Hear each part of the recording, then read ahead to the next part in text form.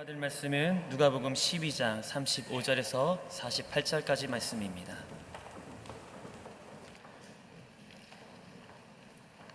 누가복음 12장 35절에서 48절까지 말씀 한 절씩 교독하도록 하겠습니다. 항상 허리에 띠를 두르고 등불을 켜놓고 있어야 한다. 마치 주인이 결혼잔치에서 돌아와 문을 두드릴 때 곧 열어주려고 대기하고 있는 사람들과 같이 되라. 주인이 돌아와서 종들이 깨어있는 것을 보면 그 종들은 복이 있을 것이다. 내가 진실로 너에게 말한다. 그 주인은 허리에 띠를 두르고 그 종들은 식탁에 앉힌 다음 곁에 와서 시중을 들 것이다. 만약 주인이 한밤중이나 새벽에 오더라도 깨어있는 종들을 본다면 그 종들은 복이 있을 것이다. 너희는 이것을 알라. 만약 집에 도둑이 언제 들지 알았더라면 집주인은 도둑이 집에 들어오지 못하게 할 것이다. 그러므로 너희도 준비하고 있어야 한다. 인자가 생각지도 않을 때 올 것이기 때문이다. 베드로가 물었습니다. 주여, 이 비유를 저에게 하신 것입니까? 아니면 모든 사람에게 하신 것입니까?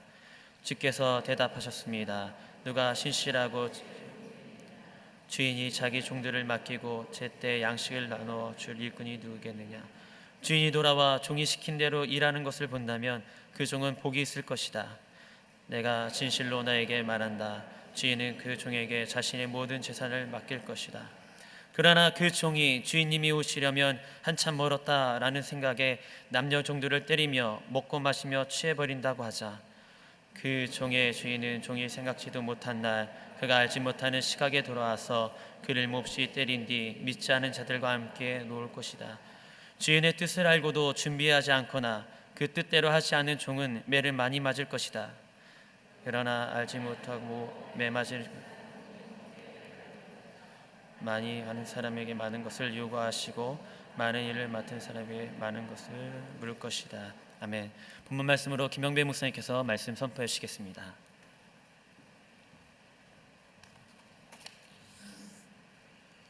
상 중에 자랑스러운 한국인이라는 상이 있습니다. 이 상은 한국인으로서 세계 가운데서 일하면서 좋은 업적을 둔 사람에게 주는 상입니다. 그 중에 이종옥이라는 사람이 있는데 이 사람은 한국인 최초로 세계보건기구의 사무총장을 지낸 사람입니다. 이종옥 박사는 인류의 건강 증진과 또 질병 퇴치라는 그런 포스터 안에 그는 그 꿈을 이루기 위해서 대학 시절부터 그는 많은 한센병 환자 가운데 섬기는 그런 삶을 살았습니다. 졸업 후에 그는 세계보건기구에 가서 한센병을 치유하는 것 가운데 열중을 했습니다. 그는 한센병 팀장으로 일하면서 많은 빈민층에 가서 또 복음도 전하고 또 한 가지는 한센병을 낫게 하는 그런 일을 했다고 합니다.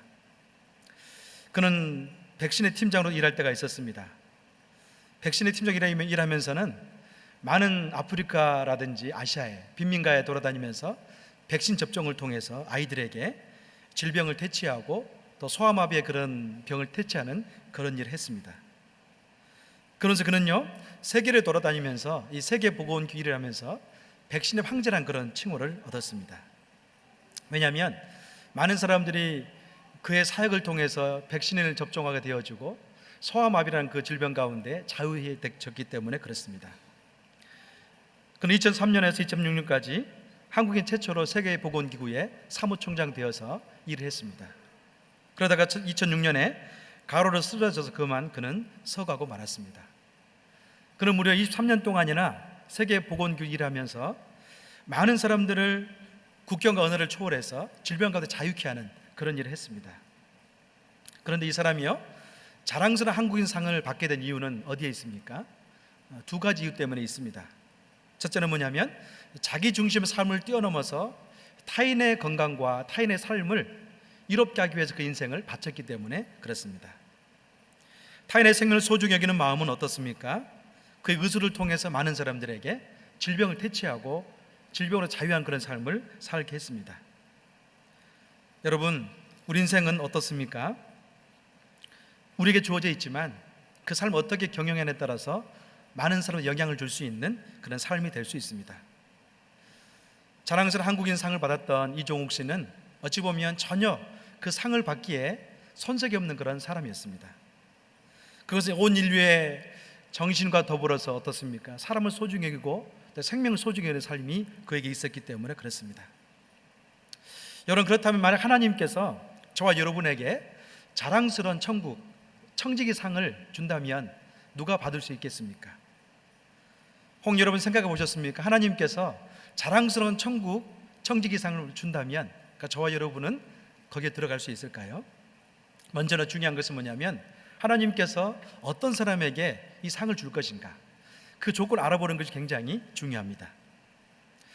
먼저 청지기란 이 용어는요, 특별히 헬라어로는 오이코노무스라는 단어입니다. 이 단어가 신약에 보면 10회 정도 기록되어 있는데 그런 의미가 있습니다. 많은 재물과 또 많은 수입을 갖고 있는 사람이 그 재물과 수입을 관리하기 위해서 세운 사람을 청지기라고 칭합니다. 세번역 성경 같은 경우는 청지기라는 용어를 관리 내지는 지키는 사람이다, 그렇게 이야기하고 있습니다. 또 순수하게 우리말로 하면요, 수청을 드는 사람, 그게 바로 청지기입니다. 자, 그런데요, 옛날 같은 경우는 높은 집 양방댁에 수청인이 있었습니다. 이때 쓴 이 용어는 어떤 겁니까? 약간은 좀 안 좋은 그런 표현도 있습니다. 품위가 떨어지거나 모욕을 당하는 그런 용어가 수청인입니다. 그러나 성경에서는 어떻습니까? 이 청지기라는 단어는 그런 의미가 아닙니다. 굉장히 영광스럽고 또 거룩한 그런 단어입니다. 왜냐하면 하나님의 그런 영적 대리자로서 그분의 일을 감당할 수 있는 사람이기 때문에 그렇습니다. 그래서 성경적인 개념의 청지기는 어떤 사람인가요? 구약에 보면 하나님을 대리내에서 영적인 제사장으로 사는 사람이 청지기였습니다. 신약이 어떻습니까? 신약에서는요, 하나님의 복을 맡은 사람, 또 한 가지는 교회를 섬기는 사람이 바로 청지기였습니다.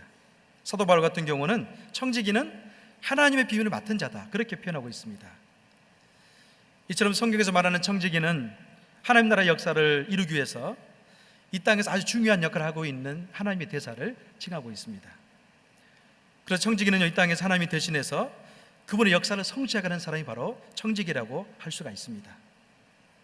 여러분, 자랑스러운 한국인상을 받았던 이종욱 씨는 인류애와 건강 증진을 위해 살다가 그런 상을 받았습니다. 만약에 여러분 자랑스러운 천국 청지기상을 받는다면 누가 받을 수 있겠습니까? 오늘 본문 같은 경우는 그 조건에 대해 세 가지를 이야기하고 있습니다. 첫 번째로 어떤 사람이 자랑스러운 청지기가 될 수 있습니까? 첫 번째는요, 깨어있는 사람이 그런 사람이 될 수 있다는 것을 이야기하고 있습니다. 오늘 본문을 보면 주인이 아주 기쁨을 얻고 있습니다. 그 주인이 결혼잔치가 있어서 아주 멀리 갔는데요, 돌아오니까 어떻습니까? 그 집에 있던 종이 아직도 잠을 자지 않고 그 주인을 기다리고 있습니다. 그때 그 주인은 너무나 마음이 기뻐서 마치 이 주종 관계가 완전히 바뀌었어요. 종이 앉아있게 하고 주인이 그를 섬기는 모습을 오늘 본문 가운데 보여주고 있습니다. 36절에서 38절 같이 한번 읽어볼까요? 함께 읽습니다. 시작. 마치 주인이 결혼잔치에서 돌아와 문을 두드릴 때 곧 열어주려고 대기하고 있는 사람들과 같이더라. 주인이 돌아와서 종들이 껴있는 것을 보면 그 종들은 복을 있을 것이다. 내가 진실로 너에게 말한다. 그 주인은 허리에 띠를 두르고 그 종들을 식탁에 앉힌 다음 곁에 와서 시중을 들 것이다. 만약 주인이 한밤중이나 새벽에 오더라도 껴있는 종들을 본다면 그 종들은 복이 있을 것이다. 아멘. 오늘 본문에 나와 있는 주인은 누구를 가리킵니까? 하나님을 가리킵니다. 또 한 가지, 그 종은 하나님을 섬기고 있는 그 청지기를 이야기하고 있습니다. 그 청지기는 누구인가요? 성도를 말하고 있습니다. 그래서 청지기는 자신을 맡겨진 직책을 감당하면서 게으르지 아니하고 잠들지 아니하고 그 종의 기대에 부응하기 위해서 지금 껴있는 것을 이야기하고 있습니다. 종종 껴있을 때가 이 당시에도 힘들 때가 있었습니다. 왜 그렇습니까? 이 당시 보통 결혼식이 있으면요, 제때 끝나지 않았습니다. 한국 같은 경우 요즘 결혼식 타이밍이 어느 정도 됩니까? 1시간에서 1시간 조금 넘어가죠. 그 정도면 결혼식 끝나기 때문에 주인 같은 경우는 우리 종이 결혼식 갔으니까 몇 시 돌아올 것이다, 그걸 잘 알았습니다. 그런데요, 이 당시 결혼식 같은 경우는 하루에서 일주일 사이가 보통이었습니다. 보통 가난한 사람 같은 경우는 한 번 잔치로 결혼이 끝나지만 이 부유한 집의 결혼식은 보통 일주일간 길게 합니다. 그렇기 때문에요, 주인이 결혼식장에 출타하면 그 종 같은 경우는 언제 돌아올지를 짐작할 수 없는 거예요. 그런데 이 종 같은 경우 어떻습니까? 주인이 올 때까지 기다리면서 잠을 자지 않고 있는 모습을 우리에게 보여줍니다. 여러분, 그렇다면 껴있는 종 청지기의 주인이 올 때까지 어떻게 살아야만이 칭찬을 받을 수 있습니까? 오늘 본문에 39절과 40절에 나와 있습니다. 같이 한번 읽어보겠습니다. 시작. 너는 이것을 알라. 만약 집에 도둑이 언제 들지 않았더라면 집주인은 도둑이 집에 들어오지 못하게 할 것이다. 그러므로 너희도 준비하고 있어야 한다. 인자가 생각지 않을 때 올 것이기 때문이다. 아멘. 아주 재미있는 이야기를 하고 있습니다. 예수님을 어디에 비유하고 있습니까? 도적에 비유하고 있습니다. 만약에 도적이 내가 언제 너희 집에 방문할 것이다, 그때를 알린다면 어느 누구도 도적을 맞지 않을 것이다. 그러나 도적은 그렇지 않는다고 이야기하고 있습니다. 마치 이것을 어디에 비유하고 있습니까? 우리 주님께서 재림할 때 마치 이런 모습 온다는 것을 우리에게 가르쳐주고 있습니다. 만약에 여러분 도적이 오는데요 준비하고 있지 않은 사람은 어떻습니까? 치명적인 해를 당하게 됩니다. 이 비유의 결론은 40절 보니까 어떻습니까? 어느 누구도 생각지 못할 때 인자가 오기 때문에 너희는 항상 준비하고 있어야 된다. 그것을 말씀하고 있습니다. 요즘 교회에 설교 제목 가운데 한 가지 흔치 않는 제목이 있다고 합니다. 두 가지를 꼽고 있는데 한 가지는 회개에 대해서 현도교회는 설교하지 않는다, 그렇게 말합니다. 또 한 가지 뭐가 있을까요? 그러니까 주님의 재림에 대해서 많은 사람들이 설교하지 않는다, 그렇게 이야기하고 있습니다. 그러나 우리는 분명히 알 수 있는 건 뭐냐면 예수님께서 초림이 있었다면 그 초림을 통해서 어떻습니까? 저와 여러분이 십자가 은혜를 통해 구원받았다면 분명히 재림도 있다는 사실을 성경을 통해서 알 수 있습니다. 초림 때는 우리는 하나님의 은혜를 기대하고 또 그분의 은혜로 말미암아 생명 얻는 은혜를 경험합니다. 그러나 분명한 것은 뭐냐면 주님의 재림 때는 그분이 오신 목적이 분명히 다르다는 거예요. 여러분, 주님의 재림 때는 어떤 목적으로 그분이 오십니까? 추수하기 위해서 이 땅에 오십니다. 우리 삶의 모든 것들을 판단하기 위해서 그분은 심판주로 재림의 때 분명히 온다는 것을 알 수 있습니다. 그래서 우리가 정말로 주님이 다시 재림할 때 주께서 허락하신 그 청지기의 직분 가운데 깨어있는 사람으로 드러난다면 그 종 같은 경우는 칭찬을 받는 역사가 있을 겁니다. 요한계시를 보면 아시아 7교회에 대해서 말씀하고 있습니다. 그런데요, 아시아의 그 7개 교회 가운데 사대교회라는 교회가 있었습니다. 이 사대교회의 특징 중 한 가지는 뭐냐면 껴있지 않고 세속화되어 있는 그 교회였습니다. 이 교회는 주님께서 어떻습니까? 재림의 때에 굉장히 경각심을 가지고 경고를 받을 만한 그런 교회였습니다. 이 교회의 특징 가운데 한 가지는 뭐냐면 교회 안에 세속화가 되어 있어서 더 이상 껴있지 않는 그런 교회였습니다. 계시록 3장 1절과 3절을 같이 한번 읽어볼까요? 함께 읽습니다. 시작. 너는 사대교회의 사자에게 이렇게 써라. 하나님의 7영과 7표를 가지신 이가 이렇게 말씀하신다. 내가 내 행위를 알고 있으니 너는 살아있는 이름은 가지고 있으나 실은 죽어 있구나. 너는 껴서 죽어가는 남은 것을 굳건히 하여라. 나는 내 행위들이 하나님 앞에서 온전히 된 것을 찾지 못했다. 그러므로 너는 어떻게 받고 들었는지 기억해 순종하고 회개하여라. 만일 내가 껴있지 않으면 내가 도둑같이 올 것이니 내가 어느 때 내게 올지 내가 결코 알지 못할 것이다. 아멘. 여러분, 7교회 가운데 사대교회 중 책망은 뭡니까? 마치 이 교회 같은 경우는 문둥병자처럼 살아있다는 이름을 가지고 있지만 실상은 죽어있다고 이야기하고 있습니다. 무엇을 말합니까? 살아있지만 의식이 있지 않습니다. 만약 내가 깨어서 회개하고 돌아오지 않는다면 도적같이 임할 것인데 너는 그때를 의식하지 못할 것이다. 그렇게 이야기하고 있습니다. 사랑하는 여러분, 껴있지 않는 사람에게 나타나는 아주 큰 특징 한 가지 있습니다. 그것은 뭔가요? 잠자고 있을 때는요 의식하지 못한다는 게 큰 특징입니다. 마치 집에 도적이 들어와서 모든 기중품을 가지고 가도 잠자고 있는 사람은 전혀 알아채리지 못합니다. 마치 그런 것처럼 우리 영혼이 잠자고 있다면 주님이 오실 만한 사인을 보내고 또 주님께서 저와 여러분에게 많은 것을 맡겼지만 지금 무엇을 감당해야 할지를 전혀 모른다는 것을 이야기하고 있습니다. 그래서 우리가 만약에 정말로 자랑스러운 천국 주기 상에 합당한 모습으로 살기 원한다면 어떻습니까? 껴 있어야 된다고 우리에게 말씀하고 있습니다.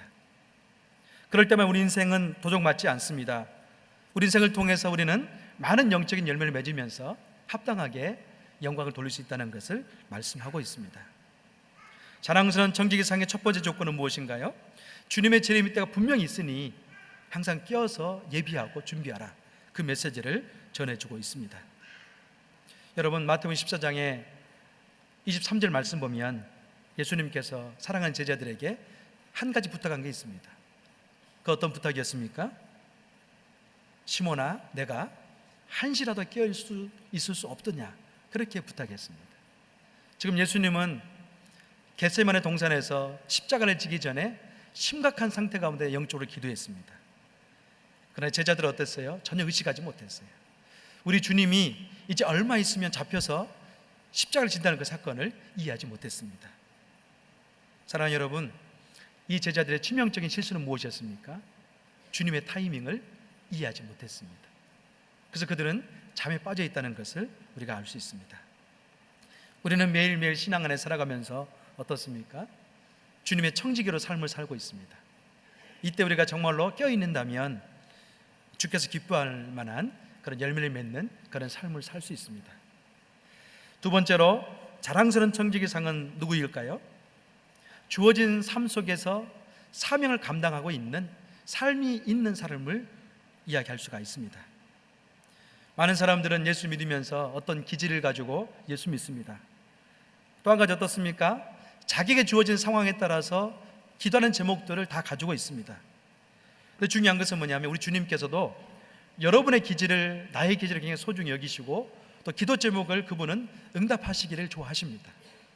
근데 중요한 것은 뭐냐면 너무나 나의 기질과 나의 요구하는 것을 간과한 나머지 주님이 무엇을 원하는지를 잘 모른다는 게 문제입니다.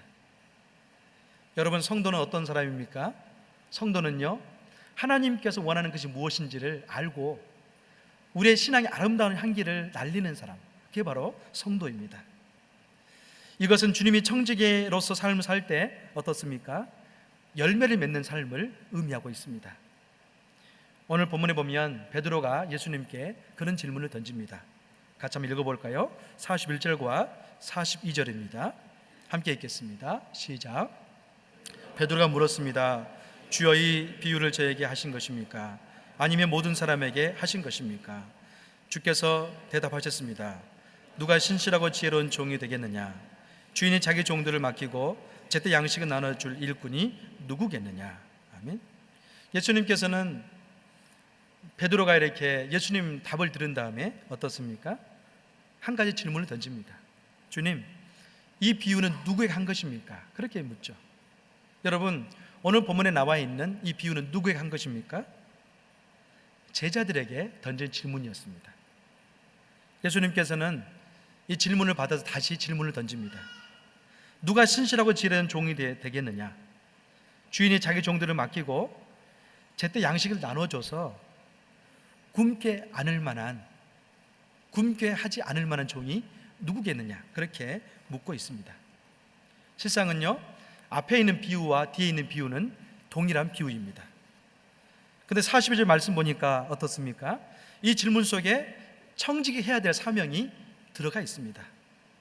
누가 신실하고 지혜로운 종이 되어서 주인이 자기 종들에게 맡긴 그 사명을 감당해서 양식을 나눠줄 자가 누구겠느냐? 그렇게 이야기하고 있습니다. 지금 이 청지기자에게는 맡겨진 종이 그 밑에 있습니다. 그리고 이 청지기는요, 자기에 맡겨진 사람들 어떻습니까? 양식을 나눠줘야 될 그런 사명 가운데 놓여 있습니다. 여러분, 제가 초등학교 때, 그때는 국민학교였죠. 제가 시골에 자랐기 때문에 종종 우리 주변에 또 염소와 또 소를 이렇게 기르는 그런 모습을 많이 봤습니다. 그런데요, 보통 그 가정에 그 자녀들에게 소라든지 염소를 먹일 수 있도록, 풀을 뜯게 할 수 있도록 보냅니다. 그러고 난 다음에 이 부모는 어떻습니까? 그 자녀들이 소와 그 염소를 가지고 들어오잖아요. 그러면 외양간에 가서 뭘 봅니까? 부모들은요, 소의 얼굴을 보지 않습니다. 뭘 봅니까? 소의 배를 봅니다. 내 아이가 정말로 낮에 소를 데리고 가서 풀을 뜯겼는지, 그렇지 않으면 이 아이가 그냥 소를 그냥 풀 뜯기지 않고 매놓은 다음에 장난치면서 친구들 놀았는지를 뭘 보고 알아요? 배를 보고 아는 거예요. 문제는 뭐냐면 이 아이들이요, 어려서 그냥 소를 한 곳에 묶어놓고 같이 장난치고 놉니다. 근데 어떻습니까? 저녁 되니까 더 이상 숨길 수가 없는 거예요. 그 부모가 소 주인이 어떻습니까? 배를 보고 알기 때문에 그렇습니다. 사랑하는 여러분, 우리 인생도 동일합니다. 마치 이 농촌 생활하면서 부모가 이렇게 자녀들에게 풀을 뜯기도록 맡기는 것처럼 하나님께서는 저와 여러분의 인생이란 이 타이밍 동안에 하나님의 귀중한 사명들을 주시고 인생을 경영할 수 있도록 했다는 것을 본문에서 알 수 있습니다. 마치 그런 것처럼 우리에게 주님께서는 어떻습니까? 청지기의 사명을 주신 다음에 청지기 일꾼으로서 인생을 살게 하는 것을 오늘 본문에서 이야기하고 있습니다. 여러분, 지혜로운 청지기는 누구입니까?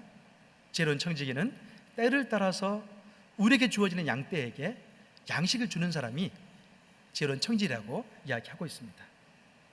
잠언 27장 23절에 보면 그런 말씀이 있습니다. 같이 한번 읽어볼까요? 시작. 내 양떼 상떼를 알고 내 가축떼를 주의 깊게 살펴보라. 아멘. 이 짤막한 구절이지만 청지기가 굉장히 명심해야 될 말씀입니다. 내 양떼 상떼를 잘 살피고 내 가축떼를 주의 깊게 살펴보라. 그렇게 이야기하고 있어요. 여러분, 농부는 어떻습니까? 가을날 추수의 열매를 거두기 위해서 한 계절도 쉬는 계절이 없습니다. 봄에 씨를 뿌리면 그냥 놔두지 않습니다. 여름이 되면 홍수에 또 그 작물이 떠나갈까 봐 굉장히 주의를 기울이죠. 또 어떻습니까? 비가 많이 올 때는 홍수에 대비하지만 또 어떻습니까? 비가 오지 않으면 실제적으로 또한 물을 갖다 주면서 열매를 준비하는 것을 볼 수 있습니다. 마치 그런 것처럼 하나님의 천한 청지기는 어떤 사람입니까? 주께서 허락하신 우리 인생 가운데 열매를 맺을 만한 그런 직분 가운데 열성을 쏟는 사람이라고 말씀하고 있습니다.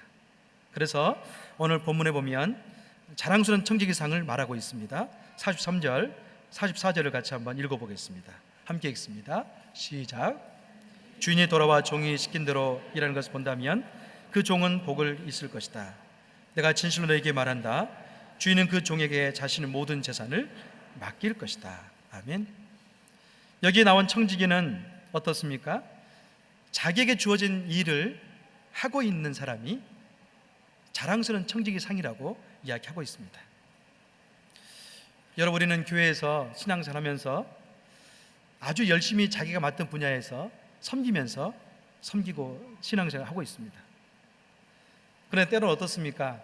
열심히 섬기지만 그 열매가 흡족할 때가 있습니까?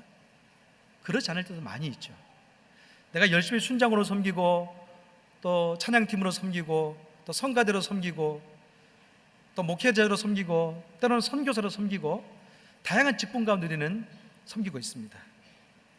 그런데 어떻습니까? 매 순간마다 정말 이 열매가 마음에 들고 정말 열매가 많이 맺혀도 있지만 그렇지 않은 때가 많이 있다는 거예요. 중요한 것은 뭐냐면 그럼에도 불구하고 어떻습니까? 자랑스러운 청지기는 열매가 없어 보일지라도 그 자리에 머물러 있는 사람, 그게 바로 선한 청지기라는 것을 이야기하고 있습니다. 여러분, 마지막 때 가서 하나님 칭찬을 받을 수 있는 사람은 누구인가요?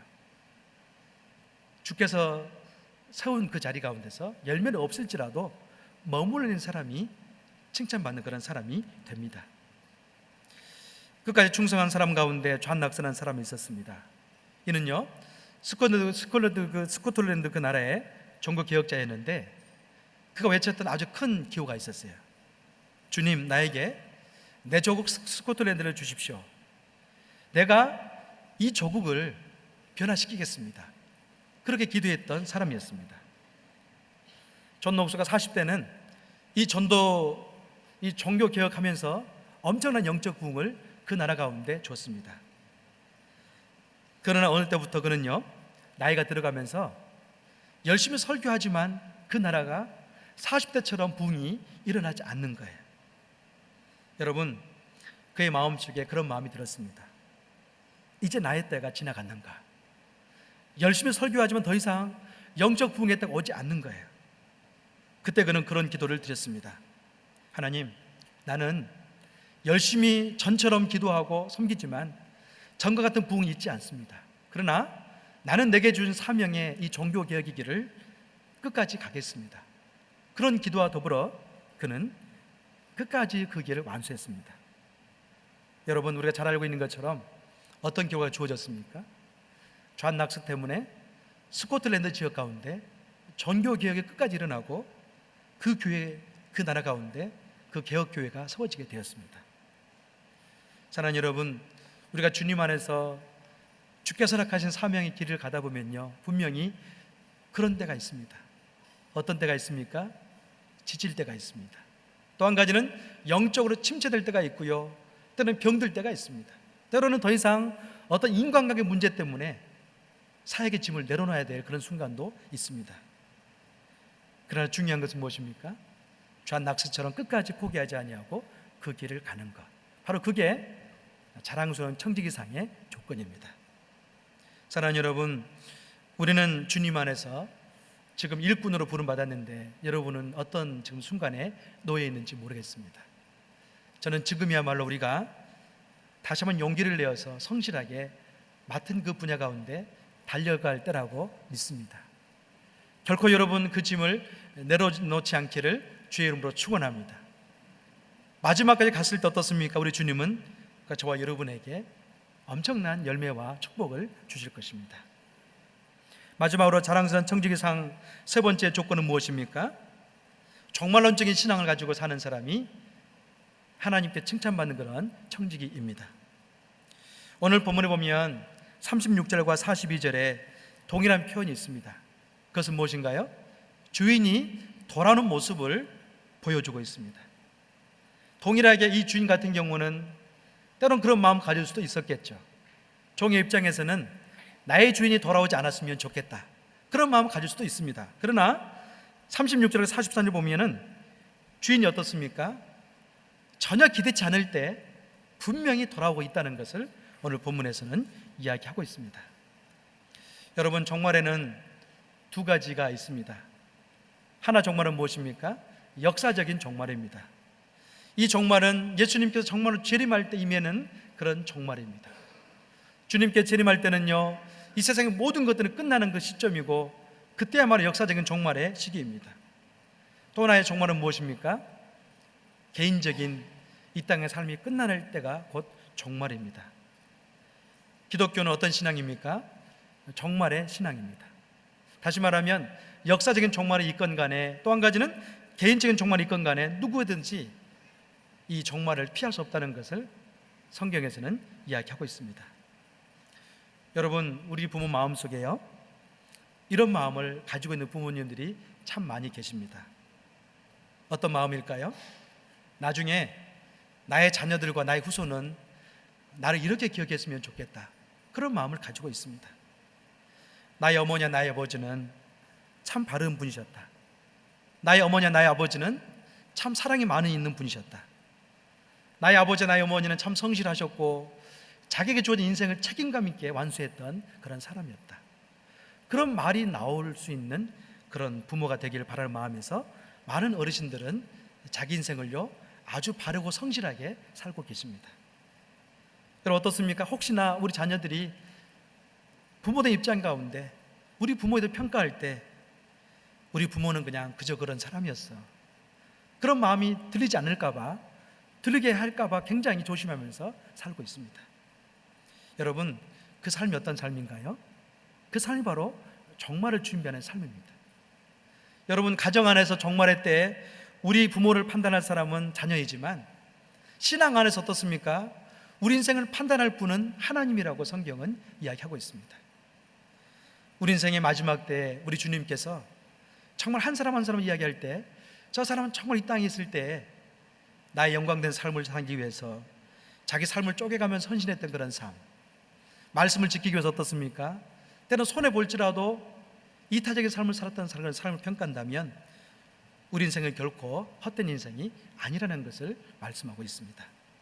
35절에 그렇게 이야기합니다. 35절 같이 읽어보겠습니다. 시작. 항상 허리에 띠를 붙들고 등불을 켜놓고 있어야 한다. 아멘. 여러분, 35절의 말씀이요, 정말의 신앙을 가지고 정말의 때를 현실에서 살아갈 수 있는 말씀입니다. 정말을 기대하는 사람 어떻습니까? 항상 허리에 띠를 두르고 등불을 켜놓고 있어야 한다. 이 말씀 붙들고 사는 사람이 정말을 살고 있는 사람이라고 이야기하고 있습니다. 여러분, 두 가지 이야기하고 있습니다. 첫 번째는 무엇입니까? 항상 허리에 띠를 띠고 사는 사람. 이 팔레스틴 지역 같은 경우는요, 옷을 보면 어떻습니까? 원통으로 옷이 되어 있죠. 그래서요, 달리기 하기 위해서는요, 이 원통 옷 가운데 허리띠를 두르지 않으면 빠르게 움직일 수 없습니다. 다시 말하면 껴있는 사람은 어떻습니까? 주인이 왔을 때 그 주인을 잘 모시기 위해서 항상 허리띠를 띠고 있는 그 사람을 의미합니다.